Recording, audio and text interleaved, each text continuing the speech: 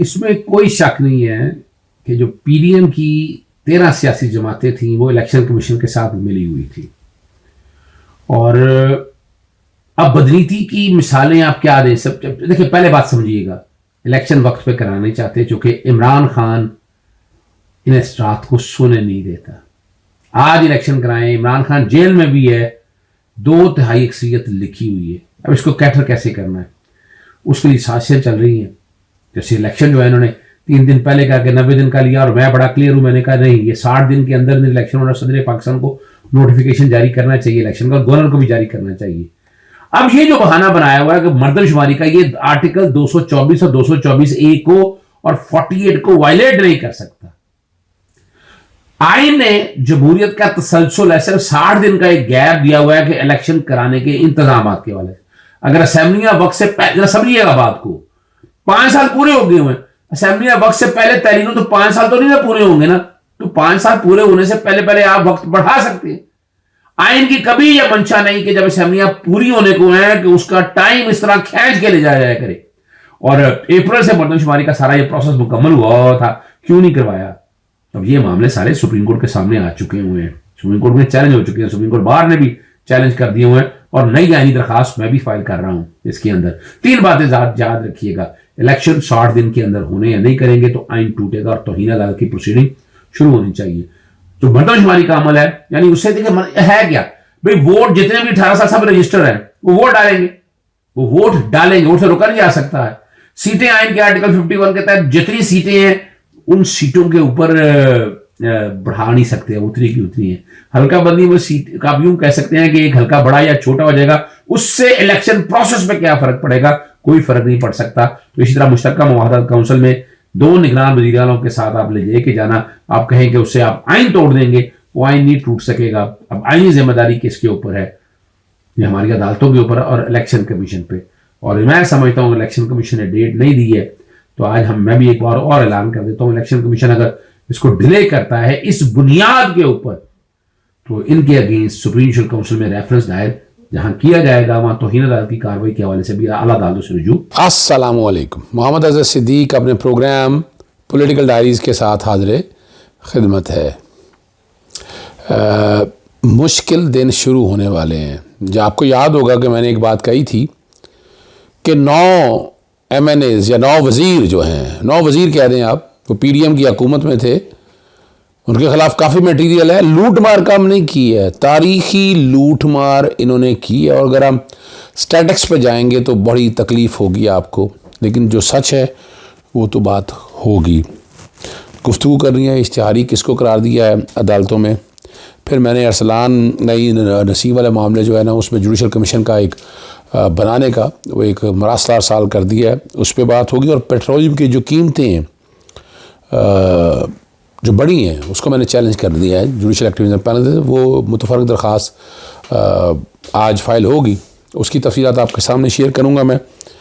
सबसे पहले मैं गुफ्तगू जो करना चाहूँगा वो, आपको पता है कमसल मुलाजमा जो है तशद्दुद केस, जो सिविल जज थे आसिम हफीज़, अदालत ने उसको OST यानी chief justice Lahore high court ने उनको OST बना दिया। बड़ी देर की मेहरबान आते आते, और 19 अगस्त से कबल रावलपिंडी में चार्ज संभालने की हदायत की गई थी। और मुश्तरका अपना तहकीकाती टीम ने मैंने तलब बुलाया हुआ है और वहाँ पर ये सारी गुफ्तगू होनी है। आखिर में मैं आपके साथ जो सियासी जो बात है ना, वो क्या कुछ हो रहा है, क्या होने जा रहा है, उसमें मेरे पास ख़बर है, वो मैं तफसीली बात आपसे बात करूँगा। सबसे पहले तो आपको बता दूँ कि जो लाहौर की जो इंसदाद दहशतगर्दी की अदालत है ना, उसने 3 जो हैं PTI के रहनुमा हैं, हमाद अज़हर, खालिद गुजर और ज़ुबैर नियाज़ी को इश्तिहारी करार दिया। सेक्शन 87 और 88 की कार्रवाई है। अखबार इश्तिहार देना होता है, एक प्रोसेस है पूरा इश्तिहारी करार देने के। और आपको पता है शरीफ ख़ानदान या PMLN में तो इश्तिहारियों की भरमार है, बड़ी इतनी भरमार है तो आप परेशान हो जाए कि नाम देख के, इतने इश्तिहारी हैं उन लोगों के पास, वो आप देख सकते हैं। और उसकी कार्रवाई जो है ना वो शुरू कर दी है अदालत ने। अभी तो 9 मई के वाक़े में आप अभी देख रहे हैं, पुलिस की गुंडागर्दी आपके सामने आ गई है। और उसके कॉन्टेक्स्ट में अभी आपके सामने मैं रख देता हूँ जो अरसलान वाला मामला है। अरसलान वाले मामले में नज़र आ गया कोई ताल्लुक़ नहीं था उसका इस केस में, वो इसकी इस्लाह के लिए लेकर गए, बहनें छोड़ के आई उसको, वो जो भी हालात सामने, इसीलिए इसका जो बेहतरीन हाल है ना, फिर आपको पता है रिहा किया उनका वालिद जो है, यानी 13 साल या 14 साल का बच्चा हो और आपको इस तरह पकड़ के आप जलील करें, कुछ शर्म नहीं आती इन लोगों के अपने। तो ये जितने भी सारे मामले में इन्वॉल्व हैं, ऐसे तो पुलिस वालों को आपको निशान इबरत बनाना है।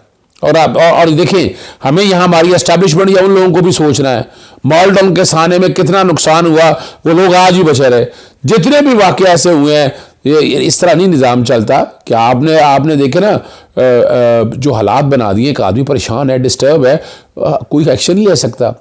ये तो गुंडागर्दी है ना, जिसका दिल चाहे जो मर्जी करता रहे, कल पूछे ही उसको, फिर उनको बचाने के लिए आ जाते हैं ये लोग। बड़ी तकलीफ से बात ही होती है, फिर उनकी बाकायदा प्रोटेक्शन की जाती है। ये सोचने वाली बात है, उनकी प्रोटेक्शन। और इसीलिए मैं बाकायदा इसमें पहले लिख दी है, मैं हाई कोर्ट में जाऊँगा। ये जुडिशल कमीशन की दरख्वास्त जो है, ये बाकायदा जो है मैंने सदर, वैसे तो वज़ीर आज़म का इख्तियार है, लेकिन सदर को, वज़ीर आज़म को, सेक्रेटरी मिनिस्ट्री ऑफ डिफेंस को, सेक्रेटरी इंटीरियर को, इनको बाकायदा एक खत लिखे। ये Pakistan commission of inquiry act है 2017, पूरे वाक़यात का इस पर तज़किरा किया हुआ है कि क्या हुआ, किस तरह हुआ, और इस बच्चे के बारे में पूरी तफसील आपने सारी देख ली है।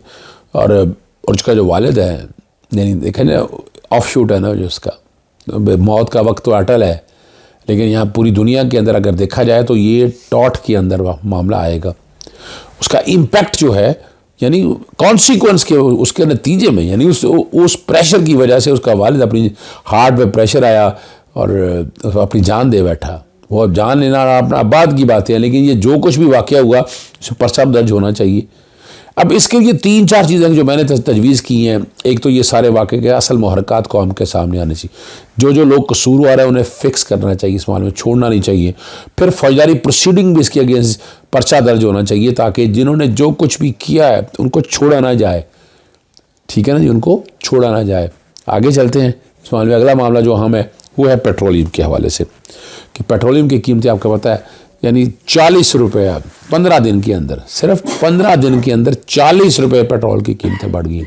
कहाँ गए जो दावे लाना था, यानी 170, 75 रुपये का जो डॉलर था, वो आज 300 से ऊपर का जा चुका है। यानी ऑपरेशन रजीम चेंज के नतीजे में कायम होने वाली हुकूमत ने कितना नुकसान दिया है पाकिस्तानी कौम को, उनकी उसके रुपये की कदर कितनी गिर गई है।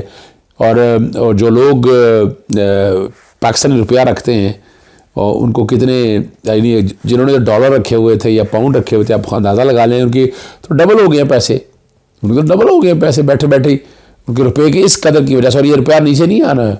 आप बताए ना, बड़े जादू है, साग डालने का मेरे जेब में है, बड़ा कुछ कर लिया। आजकल टेक्नोक्रेट गवर्नमेंट आ रही है, क्या टेक्नोक्रेट गवर्नमेंट कर लेगी, क्या जादू की छड़ी इनके पास। और जब मुल्क में स्टेबिलिटी नहीं है, जब हमने कारोबार तबाह कर दिए, लोगों के कारोबार, जिस तरह ये 9 मई के वाक़े की आड़ के अंदर आप लोगों ने कारोबार तबाह करवाए हैं, इससे मिलेगा क्या आपको? यार ये भी किसी वक्त किसी तहकीक के सामने आना चाहिए कि इसमें कौन कौन से लोगों के साथ क्या क्या कुछ हुआ है, वो सारे हक़ाइक़ सामने आ जाए तो बहुत कुछ पता चल जाएगा आपको। इतना सच आपके सामने आएगा कि आप खुद सर पकड़ कर बैठ जाएंगे। और अब इसी सिलसिले में कार्रवाई क्या कर रही है? अभी तक आपका साने, जितने भी साने हैं, कोई एक्शन ही नहीं हुआ। जब तक एक्शन नहीं होगा, कब तक ये लोग बाज आएंगे? ये तो बाज नहीं आएंगे लोग, याद रखिएगा।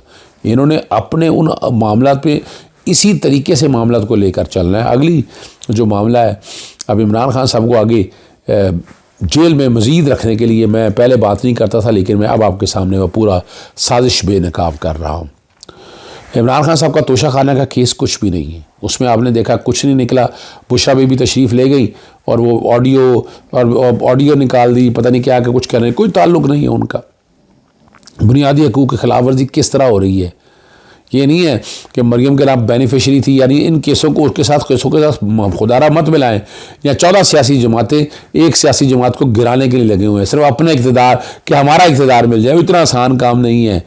पहले आप नज़र तो आए कि आपने इंसाफ की राह में आसानियाँ फराहम की। आप लोगों ने तो बाकायदा एक ऐसे इक़दाम किए कि जिससे पता लगे कि आप लोग नफ़रत के काबिल हैं, जिन्होंने इंसानी को बचाने के लिए कोई किरदार अदा नहीं किया।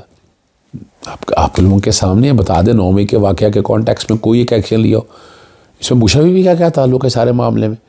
एक बापर्दा खातून है, घरेलू खातून है, और उनका क्या कंसर्न उसमें। इसी तरह फराश ज़ादी के हवाले से देखिए, इल्ज़ाम जोड़ता रहा, आज तकरीबन 19 महीने हो गए हैं, 19 महीने हो गए हैं, बल्कि ज़्यादा हो गया, 1.5 साल से ज़्यादा, 2.25 साल के करीब हो गए हैं। कभी नैब लाएँ, कभी FIA लाएँ, पता नहीं क्या कुछ करते, क्या कुछ ले लिया, उनके मुलाजमीन अगवा कर लिए। तारीख़ में इतनी फसाइयत मैंने नहीं देखी जितनी इस दौर में देखी है। यानी आप पकड़ते हैं लोगों को, गिरफ्तारियाँ हब्से बेजा में रखते हैं, कहीं शो नहीं करते और अदालतें बेबस हैं आपके सामने।